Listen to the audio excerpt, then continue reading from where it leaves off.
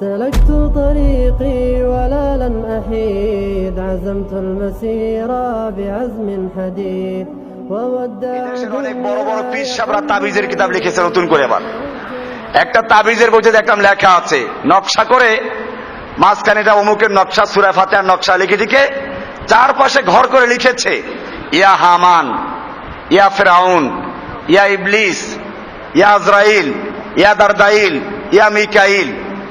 হে আজরাইল, হে মিকাইল, হে দারদাইল, হে ইবলিস, হে শয়তান, হে ফিরাউন, হে হামান। এটা আপনাদের তাবিজের যত বই আছে, বাইতুল মোকাররমে এখন খোলা বিক্রি করে তাবিজের বই, যে কোনো বই কিনে নিয়ে আসেন। আমাকে এখানে একজন মুসল্লি আছে বোধহয়, এখনো খুব ভালো মুসল্লি, সবসময় তাবলিগে পড়ে থাকেন, আলহামদুলিল্লাহ ভালো লোক। উনি বুঝতে পারেন না একটা তাবিজের বই দেখেন, আমাকে আমলের বই, তাবিজের বই না, তা কিছু তাবিজ আছে, এই বইটায় কোনো সমস্যা নাই মনে হয়। আমি উল্টাই দেখাইলাম তাকে যে এই যে তাবিজে লেখা আছে ইয়া হামান, ইয়া ফেরাউন, ইয়া নমরুদ, ইয়া আজরাইল, ইয়া মিকাইল, ইয়া দরদাইল, এইটা কি? লোকটা যেহেতু বুঝদার মানুষ, বুঝতে পারলেন তো। যেহেতু তাবিজের বই, এই শয়তানের কাছে সাহায্য চাওয়া ছাড়া কোন তাবিজ হইতেই পারে না। তাবিজের বই মানি হচ্ছে কোরআনকে বিকৃত করা, কুফরি কালাম করা। বিকৃত দুই রকম হয়, একটা উল্টে পাল্টাই লেখা, আর একটা হচ্ছে যারা সবচেয়ে জঘন্য, সূক্ষ্ম জঘন্য কাজ, তা হচ্ছে কোরআনের সূরার পরিবর্তে নম্বর দিয়ে নকশা তৈরি করা। দেখেন না, অনেকে বিসমিল্লাহ লেখার পরিবর্তে কি লেখে? 786 লেখে। এটা কি?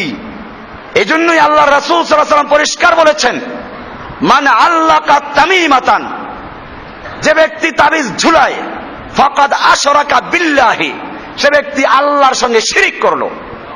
এই হাদিস মেশকাতেও আছে, যেটা সারা বাংলাদেশের কওমি আলিয়া সব মাদ্রাসায় পড়ায়। দেওবন্দি বলেন, আলিয়া বলেন, সরকারি দরকারি সব মাদ্রাসায় পড়ানো হয়। বাবুর রুকা, ঝাড়ফুকের একটা অধ্যায় আছে, সেখানে হাদিসটা আছে, মুসনাদে আহমদে আছে। যে ব্যক্তি তাবিজ ঝুলায়, সে আল্লাহর সঙ্গে শিরিক করলো। বলে তো এই হাদিস দ্বারা পড়ায় পড়ে তারাও তো তাবিজ লেখে। এটা আমি সব সময় বলে থাকি, ঠিকই পড়ে হাদিস। আমার দেশের মানুষেরা যখন হাদিস পড়ে, অনেক বড় বড় শাইখুল হাদিস বলেন, আলেম বলেন, পড়াবার সময় তারা একটা গ্লাস লাগাইয়ে দেয়, রঙিন চশমা। আপনি যদি আপনার চোখে একটা রঙিন চশমা লাগান, গ্লাস লাগান, তো আপনি সব কি দেখবেন? ওই রঙিন দেখবেন। এর মানে তো এই নয় যে দুনিয়াটা রঙিন। আপনার গ্লাস রঙিন বলে তো রঙিন দেখতে পাচ্ছেন, আসলের জিনিসগুলো রঙিন না। ঠিক এরকম ভাবে আমাদের দেশে যখন এই হাদিসগুলো পড়ায়, তখন ছাত্রদেরকে বুঝাইয়া দেয়, এই যে তোমরা হাদিসটা পড়লা, যে ব্যক্তি তাবিজ ঝুলায় সে শিরিক করলো, এটা এই কোরআন হাদিস দিয়ে যে তাবিজ লেখি, এই তাবিজ না।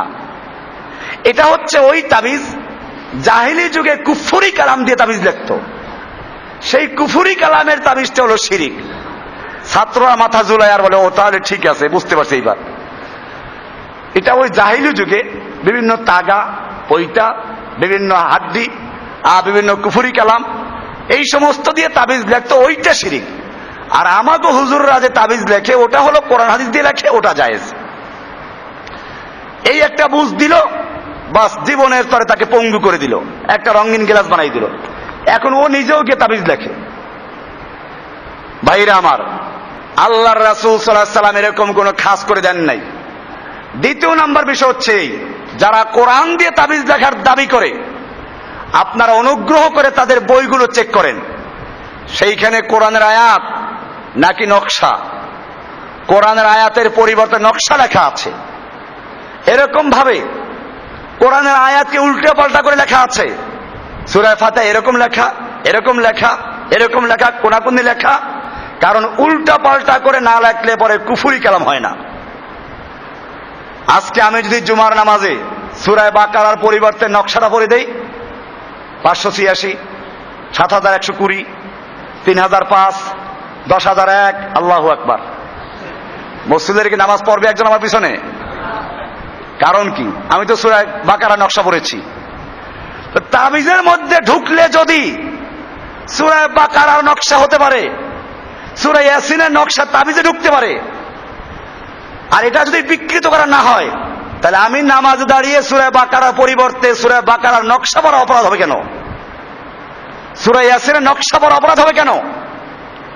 এই জন্য মনে রাখতে হবে, আল্লাহ রাসূল সাল্লাল্লাহু আলাইহি ওয়াসাল্লাম যেটা বলেছেন আরো সুন্দর করে বলেছেন, মান আল্লাকা তামিমাতান ফাকাদ উক্কিলা ইলাইহি, যে ব্যক্তি গলায় তাবিজ ঝুলায় আল্লাহ তাআলা তাকে তাবিজের উপরে নির্ভরশীল করে দেয়।